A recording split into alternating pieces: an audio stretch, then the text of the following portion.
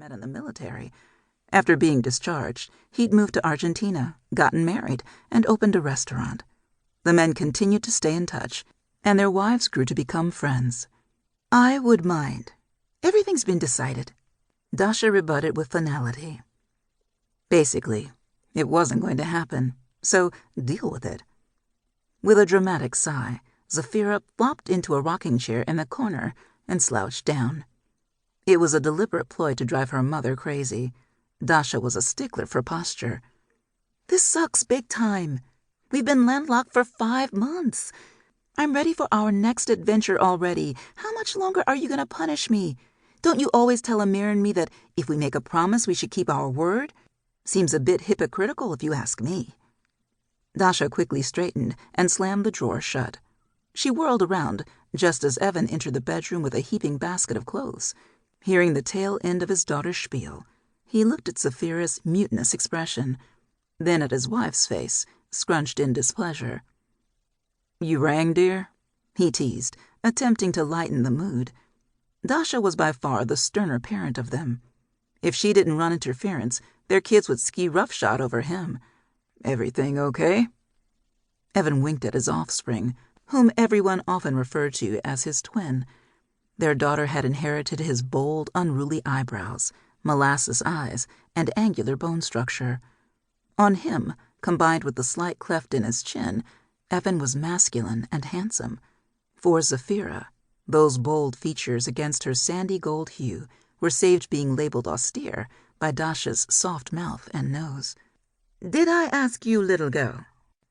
His wife's clipped question was a tell that her patience had officially been stretched wafer thin by their daughter's impertinence. "No, things are not okay, Evan. Deal with your daughter before I have to, please." "What's she going on about?" "She's being extra hard-headed today, refusing to take no as answer about staying behind, as if she has a choice." Rebellion sparked in Zafira's eyes. The cluster of thick lashes framing them fluttered wildly as she tried pleading her case. "I'm simply saying it's not fair, Daddy. I have skills to contribute to this mission. I can read a map better than Neil or JT and bring additional heat if necessary." When Evan appeared to be considering her words, optimism flared sharp and bright in Zafira's heart. His wife pierced him with a cautionary stare which he correctly interpreted. "Don't even think about it." He gave a slight nod of acceptance, and Dasha relaxed.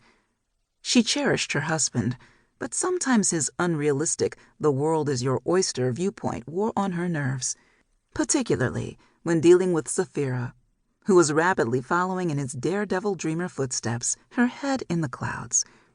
The two were kindred spirits, adrenaline junkies, and she had a penchant for adventure that concerned her mother greatly. That little minx loved to be in the thick of things.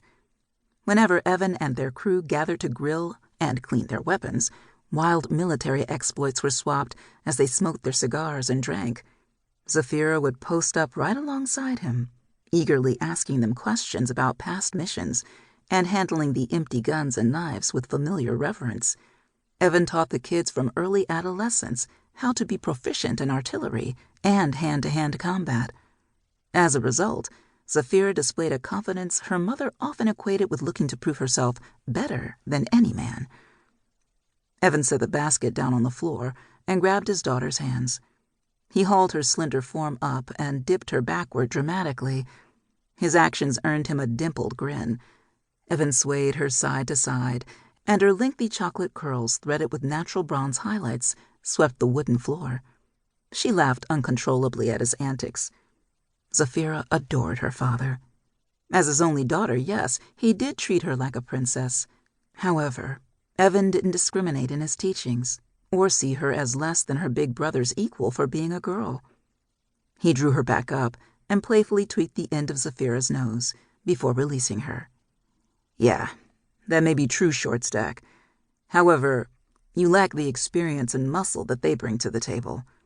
Say, did I hear you attempting to guilt-trip your mother when I walked in?" "Don't you always say to use every trick in your arsenal, Frogman?" Her father's smile widened at Zafira's incorrigible answer, while her mother threw her hands up in despair. "Heaven help me, she's just like you." "Since when?"